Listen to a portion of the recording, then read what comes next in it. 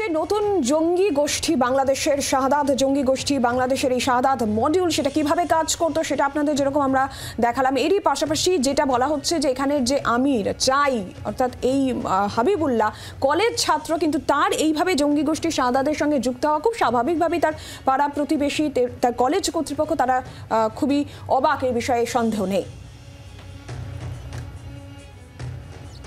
ছেলেটা কারোর সঙ্গে অত মিশতো না, বাড়িতেই থাকতে কারোর সঙ্গে মিশতো না, এমনি পড়তে টড়তে যেত, যে ঘরে শিক্ষিত করতো। কালকে কেউ এসেছিল দেখেছিলেন কোনো পুলিশ টুলিশ কেউ? হ্যাঁ, কখন এসেছিল? কালকে দুপুরে এসেছিল, আমার ছেলে দেখেছে বলে চার গাড়ি এসেছিল। যত সন্দেহ সব গেম খেলাতে হয়ে যাবে, এটা এই নানা রকম ছেলে গেম খেলে বেড়াচ্ছে না, ওইগুলোতে হয়েছে।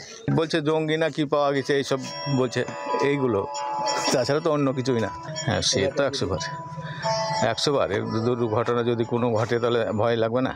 हमने तो सुना कल उसको पकड़ के लेके गया, हम जब लेके गया हम लोग तो वहीं पर ही थे, कोई पुलिस भी कुछ नहीं बताया। कितना गाड़ी आया था? 6-7 गाड़ी आया था। उसको उठा के लिया, किस लिए उठा के लिया वो हमको नहीं पता, हम लोगों को तो कोई कुछ नहीं बोला। कल जानकारी मिला आपको? चुपचाप आया लेके चला गया। পাড়া প্রতিবেশীদের বক্তব্য শোনালাম এবং এই গোটা বিষয়কে কেন্দ্র করে রাজনৈতিক মহল থেকে প্রতিক্রিয়া উঠে আসছে। তৃণমূল কংগ্রেসের তরফ থেকে জয়প্রকাশ মজুমদারের বক্তব্য শোনাবো এবং বিজেপির তরফ থেকে শ্রমিক ভট্টাচার্য তিনি বা কি জানাচ্ছেন শুনুন। এই মুহূর্তে ভারত বিরোধী কার্যকলাপের অন্যতম আশ্রয়স্থল হচ্ছে পশ্চিমবঙ্গ। আজকে এটা এপিক সেন্টার প্রায় হয়ে যাচ্ছে।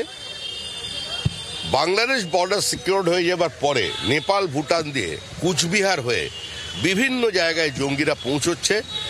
মডিউলের সংখ্যা কোভিড কালের থেকে বেড়ে গেছে, এর আগেও জঙ্গি যোগ পাওয়া গেছে। হুজির সঙ্গে সম্পর্কিত এবং সিমির প্রতিষ্ঠাতা সভাপতিকে যদি শাসক দল রাজ্যসভায় পাঠায় তাহলে তার পরিণতি কোথায় যেতে পারে সেটা প্রত্যেকের জানা। যে দল পরিবর্তনের সময় হুজির সাহায্য নিয়েছে, সিমির সাহায্য নিয়েছে, মাওবাদীদের সঙ্গে হাত মিলিয়েছে, তো চলার পথে তারা যতটাই তাদের নিয়ন্ত্রণ করার চেষ্টা করুন আর যতবারই সুচিত্রা মাহাত্রর টোপে এখানে কিষাণজিকে গুলি করে দিন, সমস্ত সমস্যার সমাধান এভাবে হবে না। জঙ্গি বাংলাদেশের যারা, তারা পশ্চিমবঙ্গে কেন লক্ষ্য করে সেটা বিজেপিকে বুঝতে হবে। একটু শিক্ষাগত যোগ্যতা থাকলেই সেটা বুঝতে পারতো যে বাংলাদেশি এবং পশ্চিমবঙ্গের তাদের খান পান বেশভূষা ভাষা সমস্ত একরকম বলে লুকিয়ে থাকতে সুবিধে হয়, মডিউল তৈরি করতে সুবিধে হয় এবং এটা হচ্ছে ভারত বিরোধী একটা ব্যবস্থা, ভারত বিরোধী সংগঠন এরা, এটা পশ্চিমবঙ্গ বিরোধী সংগঠন নয়। আর যদি এখানকার বিজেপি এটাকে নিয়ে পশ্চিমবঙ্গ সরকার বিরোধী কথাবার্তা বলে তাহলে বোঝা যাবে এরা এটা নিয়ে রাজনীতি করছে। বোঝা যাবে যে এই পশ্চিমবঙ্গের বিজেপি আসলে জঙ্গিদেরই সাহায্য করার জন্য এইসব কথা বলছেন শুভেন্দু অধিকারীর সঙ্গে, তাহলে জঙ্গিদের যোগাযোগই প্রমাণিত হবে।